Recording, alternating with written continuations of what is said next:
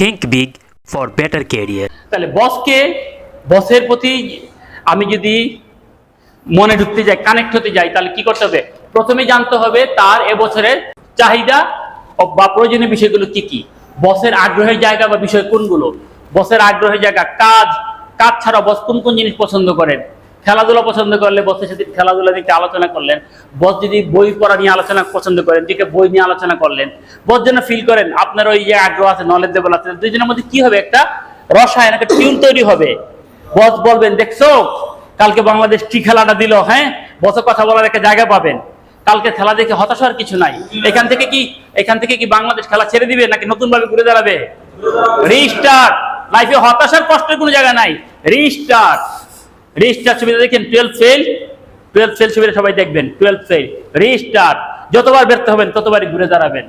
ওকে, এখানে অনেক কিছু লার্নিং ছিল বাংলাদেশে গতকাল। যাই হোক, বস কি পছন্দ করেন এবং কি অপছন্দ করেন তা খুব বিচক্ষণ ভাবে লক্ষ্য রাখতে হবে। তাই বলে তেলবাজি করা যাবে না। মনে রাখতে হবে, তেলবাজি করে চাকরিতে সার্ভাইভ করা যায় কিন্তু গ্রো করা যায় না। তেলবাজি করে চাকরিতে সার্ভাইভ করা যায় কিন্তু গ্রো করা যায় না। বসও চান তার আশেপাশে যারা থাকবে তারা যেন একটু স্কিল লোক হয়, যোগ্যতা সময়। কারণ তেলওয়ালা লোক তাকে একটা সময় শুয়ে ফেলবে। বসরা এগুলো ভালো বুঝেন। যেই বস না বুঝতে পারেন তারা শুয়ে পড়েন। ঠিক আছে, বসের যে কোনো সুন্দর ভালো লাগার জিনিসকে পদেরই প্রশংসা করতে হবে। বস যদি একটা সুন্দর শার্ট পরে আসেন, এই শার্টটাতে আজকে দারুণ লুক লাগছে, ভালো লাগতেছে, এত চলে আসছেন। কারণ বস একটা রং চড়া শার্ট পরে আছেন যেটা আসলে সুন্দর না, ভালো লাগতেছে না, আপনি যদি সেটারও প্রশংসা করেন আপনার শার্টটা দারুণ। হ্যাঁ, এগুলো তেলবাজি এক জিনিস আর প্রশংসা আরেক জিনিস। প্রশংসা আপনি করবেন মানুষের মোটিভেশনের জন্য, যে কোনো ভালো কাজের প্রশংসা করবেন। এটা বসেরও করতে পারেন, জুনিয়রদের করতে পারেন। আপনি নিজেকে নিজে প্রশ্ন করবেন তেলবাজি কোনটা আর প্রশংসা কোনটা, এটা একদম ক্লিয়ার। আমাকে যদি বলেন যে স্যার আপনি দেখতে যে সুন্দর, আমি বুঝে ফেলাম এটা তো তেল না, তেলবাজির বাইরে কিছু হচ্ছে। যেটা তাহলে আইলো আরেকটা কথা না, এটা মানা যায়, এটা মানা যায়। তাহলে আপনার নলেজ সুন্দর আছে, এটা মানা যায়। যদি বলেন স্যার আপনার গায়ের রংটা দারুণ সুন্দর, দেখতে যা ভালো লাগে, তাহলে বুঝে যাবে যে এর মতো বাদে তেলবাজি আর নাই। পারতপক্ষে তাৎক্ষণিকভাবে বস কর্তৃক প্রদত্ত কোনো কাজের ক্ষেত্রে না বলা যাবে না। মতের অমিল হলে প্রয়োজনে না বলার জন্য সময় নিতে হবে এবং সেক্ষেত্রে অবশ্যই কৌশলী হতে হবে। প্রথমে বস কি বলেন তা খুব মনোযোগ দিয়ে শুনতে হবে। বসের চোখের দিকে চোখ রেখে খুব মনোযোগী শ্রোতা হয়ে কথা শুনতে হবে। শোনার ক্ষেত্রে অ্যাটিটিউড হবে listen to understand, not to respond. আপনাদের সবার প্রতি আমার একটি বিশেষ অনুরোধ, আপনারা যারা আমার চ্যানেলের ভিডিওগুলো দেখে প্রতিনিয়ত আমাকে উৎসাহ জুগিয়ে যাচ্ছেন, তাদের মধ্যে এখনো প্রায় 87% শ্রোতার মাধ্যমে চ্যানেলটি সাবস্ক্রাইব করা হয়নি। আপনাদের একটি সাবস্ক্রাইব আমাকে ভীষণভাবে অনুপ্রাণিত করবে। এছাড়াও চ্যানেলটি সাবস্ক্রাইব করার মাধ্যমে আমার চ্যানেলের নতুন ভিডিও আপলোড হওয়ার সাথে সাথে তা আপনি অবগত হতে পারবেন। সাবস্ক্রাইব করুন, সাথে থাকুন। ধন্যবাদ সবাইকে। বস একটা কাজ দিলেন, অনেক কঠিন একটা কাজ, কাজটা করা সম্ভব না, ডাইরেক্ট না বলা যাবে। বস বললেন ধাক্কা দিয়ে এই ওয়ালটাকে 2 হাত পিছনে নিয়ে যাও, তো ধাক্কা দিয়ে ওয়ালটাকে পিছনে নিয়ে যাও। এটা ইম্পসিবল একটা কাজ না। এই ওয়ালটাকে পিছনে নেওয়া সম্ভব? আপনি না করবেন না, না করার দরকার নাই। আপনি অনেক চেষ্টা করার পরে ওয়াল ধাক্কা দিতে গেলে গায়ে ময়লা টলা লাগবে না। আরো 3-4 জন লোকে সহযোগিতা চাইলেন, তাদের জামা ময়লা টলা হলো। এবার আধা ঘন্টা 1 ঘন্টা পরে বসের রুমে গেলেন, স্যার একটু আসবো? হ্যাঁ স্যার, আপনি বলছিলেন তো ওয়ালটা ধাক্কা দিয়ে পিছনে নিতে, অনেকক্ষণ চেষ্টা করছি স্যার, হয় না। সাথে আর 3 জন লোককেও রিকোয়েস্ট করছি, তারাও আমাকে হেল্প করলো, হচ্ছে না স্যার।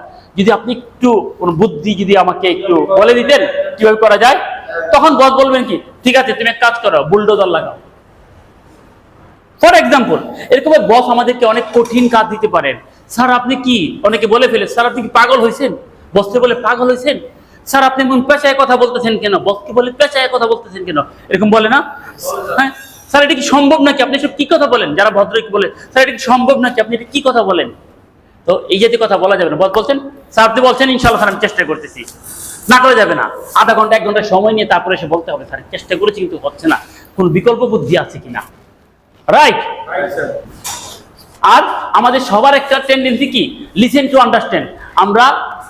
আমরা অপেক্ষায় থাকি, আমরা শুনি কেন? Listen to understand. আমি যে কথা বলতেছি আপনারা কি রিপ্লাই দেওয়ার জন্য শুনতেছেন না বোঝার জন্য শুনতেছেন? আমাদের চরিত্র হচ্ছে কেউ কথা বল শুরু করলে আচ্ছা বুঝছি কি বলতেছেন আপনি, বুঝছি, না, আগে তার কথা শুনেন। কথা শুনলে 70% কাজ সমাধান এমনি হয়ে যায়। আমরা সবাই এর থেকে আমরা কথা শুনি, উত্তর দেওয়ার জন্য আমাদের জিহ্বাটা বের হয়ে থাকে। না, আমরা বোঝার জন্য শুনবো, উত্তর দেওয়ার জন্য শুনবো না। বসের কথা মন দিয়ে আগে শুনবো, উত্তর দেওয়ার জন্য না। রাইট? আর কথা বসের চোখের দিকে চোখ রেখে মনোযোগের শ্রোতা হয়ে কথা শুনতে হবে। হ্যাঁ, বসের ভালো কাজের ক্ষেত্রে সঠিকভাবে প্রশংসা করতে হবে। বস যদি কোনো ভালো কাজ করেন সঠিকভাবে কি করতে হবে, কিন্তু কি করা যাবে না, তেলবাজি করা যাবে না। তেলবাজি এক জিনিস, প্রশংসা আরেক জিনিস কিন্তু। হ্যাঁ, এটা ভালো করে বুঝতে হবে। ভালো কাজের জন্য ভালো প্রশংসা করতে হবে, তেলবাজি না। মনে রাখবেন, আপনার কাজ যোগ্যতাই আপনাকে চাকরিতে টিকিয়ে রাখবে। তেলবাজি কখনো আপনাকে না। আপনার কাজ যোগ্যতাই আপনার কাজের সম্মান, কাজের সার্টিফিকেট দিবে, অন্য কিছু না। আপনি যখন কাজকে সম্মান করে ভালোবাসবেন, সেই কাজটাই আপনাকে সামনে এগিয়ে নিয়ে যাবে। বসের নির্দেশ মানতে গিয়ে কখনোই আমি কম বেতন পাই, এত কাজ করব কেন, এই জাতীয় মানসিকতা প্রকাশ করা যাবে না। ভালো কাজ এবং দক্ষ কাজ আমাদেরকে সম্মানিত করবেই, তাই কোম্পানিতেই হোক বা অন্য কোনো কোম্পানিতে হোক। কখনোই আমাদের সম্ভাবনাকে আমরা বেতন দিয়ে তুলনা করব না। আমার বেতন হয়তো 30,000 টাকা, কিন্তু আমার সম্ভাবনা হয়তো 3 লাখ টাকা বা তারও বেশি। তাই বসকে খুশি রাখার আগে নিজেকে খুশি রাখতে হবে। আমরা অনেকেই বলি না, যে বেতন পাই এই বেতন দিয়ে তো কাজ করব না, অমুকে আমার চেয়ে বেশি বেতন পায়, আমার চেয়ে বেশি কাজ করে নাকি। এই কথা যার মনের মধ্যে চিন্তায় আসছে, সে একদম ধ্বংস। বেতন কি পান না পান বাদ দেন, কাজকে কি করতে হবে, ভালোবাসতে। কাজকে ভালোবাসে কাজ করতে থাকেন, মাহমুদুল্লাহর মতন মাঠে পড়ে থাকেন, দল বাদ দিয়ে দিছে, তাই না?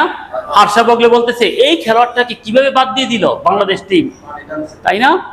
ও ওনার কাজ, উনি খেলাকে ভালোবেসে কি করছেন, মাহমুদুল্লাহ পরিশ্রম চালিয়ে গেছেন। আমাদেরকে কাজ ভালো কাজ চালাই, পরিশ্রম চালাই যেতে হবে।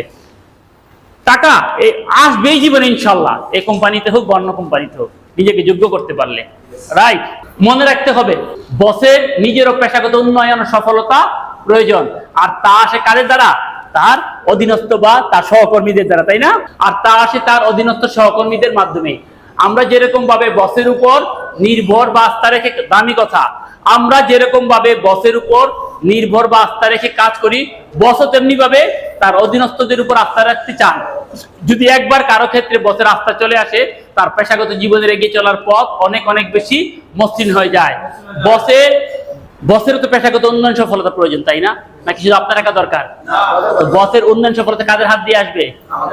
আমাদের হাত দিয়ে আসবে। তাহলে আপনার হাত দিয়ে যদি বসের উন্নয়ন সফলতা আসে, আপনার প্রতি কি বসের আস্থা জায়গা সৃষ্টি হবে কিনা?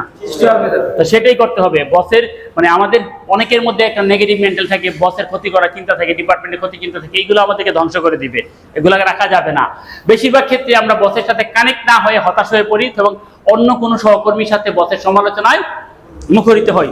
কর্মক্ষেত্রে বসের সমালোচনা করা গুরুতর একটি বোকামি কাজ, যা পেশাগত জীবনের অগ্রগতিকে চরমভাবে ক্ষতিগ্রস্ত করে। বস যদি কখনো জানে আপনি তার সম্বন্ধে সমালোচনা করতেছেন, বস যদি একটু খারাপ হয়ে থাকে, আপনার জীবনটা শেষ করে ফেলবে না? তো আপনি আরেকজন সহকর্মীর সাথে বসে যে সমালোচনা করছেন, এতে কি আপনার পেশাগত কোনো উন্নতির সম্ভাবনা আছে না ধ্বংসের সম্ভাবনা আছে? তো যে জিনিসটা আমাদেরকে ধ্বংস করবে সেই জিনিসটাকে আমাদের করা উচিত। যদি সে সমালোচনা বস পর্যন্ত চলে যায়, তাহলে আমাদের পেশাগত জীবন এগিয়ে না গিয়ে বরং প্রতিনিয়ত হতাশার রূপ নেবে। অপ্রা উইনফ্রে বলেছেন, great communication begins with connection. বসের সাথে কানেকশন তৈরি করেন ভাই, বসের সমালোচনায় যায় না। যে কথাটা একটু আগে বলতেছিলাম, পরিশেষে একটি বিষয় বলে আজকে ভিডিও শেষ করব। পেশাগত উন্নতির জন্য সবাই যদি 100% এফোর্ট দেওয়ার চেষ্টা করে, তাহলে আমি চেষ্টা করব 10% এফোর্ট দেওয়ার। এই অতিরিক্ত 10% প্রচেষ্টাই পার্থক্য সৃষ্টি করে দেবে। আর দুঃখজনক হলো সত্য, আমাদের প্রচেষ্টা থাকে কিভাবে আরো 10% কম দেওয়া যায়, 10% এফোর্ট কম দেওয়া যায়। কিন্তু বসের নিকট থেকে প্রত্যাশা করি যে ব্যক্তি 110% এফোর্ট দিচ্ছে তার মতন ইনক্রিমেন্ট, প্রমোশন, অন্যান্য সুবিধা দিয়ে বসের নিকট থেকে যত বেশি কাজের দায়িত্ব পাওয়া যাবে, ভাবতে হবে ওই ব্যক্তির প্রতি বসের আস্থার জায়গা তত বেশি সৃষ্টি হচ্ছে। আর আমরা মনে করি কি, আমার এত বেশি কাজ দিচ্ছে, হ্যাঁ আমাকে কি পাইছে, আমাকে কি পাইছে, ওদেরকে দেখে না, এখানে আপনার প্রতি আস্থা সৃষ্টি হয়েছে, বেতন কম হোক, তার মানে কি আপনার গ্রোথের জায়গা তৈরি হয়েছে। আপনার মাটিতে খালি গাছ লাগানো হচ্ছে, ফল কে খাবে? আরেকজনের মাটিতে তো গাছ লাগাচ্ছে না, সে ফল পাবে? আমরা এটাকে ভুল বুঝি। আমরা মনে করি আমি এত কাজ কেন করবো? আরে কত বড় বোকা আমরা, কাজ না করলে গ্রো করবো কিভাবে? বেতন আমার কম হোক, কাজ বেশি দিলে মনে করতে হবে আমার সম্মান পাওয়ার সময় শুরু হয়ে গেছে। 1 বছর হোক 2 বছর হোক অন্য কোম্পানি থেকে আমি সম্মান পাবোই। Message clear? মূল কথা হলো বস যতই রাগী হন না কেন তিনি একজন মানুষ। সঠিক ও সময় উপযোগী কাজ, ভালোবাসা ও আন্তরিকতা পেলে তিনিও পাল্টে যেতে বা নরম হতে সময়ের ব্যাপার মাত্র। কার ক্ষেত্রে? অন্তত পক্ষে আপনার ক্ষেত্রে। সঠিক কমিউনিকেশন, আন্তরিকতা, ভালোবাসা দিয়ে কাজ করলে সফলতা আসবেই। বস রাগী হলেও আপনার সাথে বসে লাঞ্চ করবেন, আড্ডা দিবেন, কথা বলবেন, চা খাবেন, আপনার সাথে তার একটা কানেকশন তৈরি হবে। Message clear? Rony, message clear? একটি কথা সব সময় মনে রাখবেন, জীবনকে সফল ও সার্থক করার জন্য সব সময় লার্নিং মোডে থাকুন এবং যা শিখলেন বাস্তবে তা প্রয়োগ করার চেষ্টা করুন। ভিডিওটি থেকে যদি আপনি কোনোভাবে উপকৃত হয়ে থাকেন তাহলে লাইক করুন এবং কমেন্ট বক্সে আপনার মূল্যবান পরামর্শ দিন। এরকম লাইফ চেঞ্জিং ভিডিও সব সময় পাওয়ার জন্য সাবস্ক্রাইব করে বেল আইকনটি প্রেস করে রাখুন, যাতে করে এই চ্যানেলের সব ভিডিও সহজে আপনার নিকট পৌঁছে যায়। এতক্ষণ ধৈর্য ধরে ভিডিওটি শোনার জন্য আপনাকে অনেক ধন্যবাদ। Think big for better life.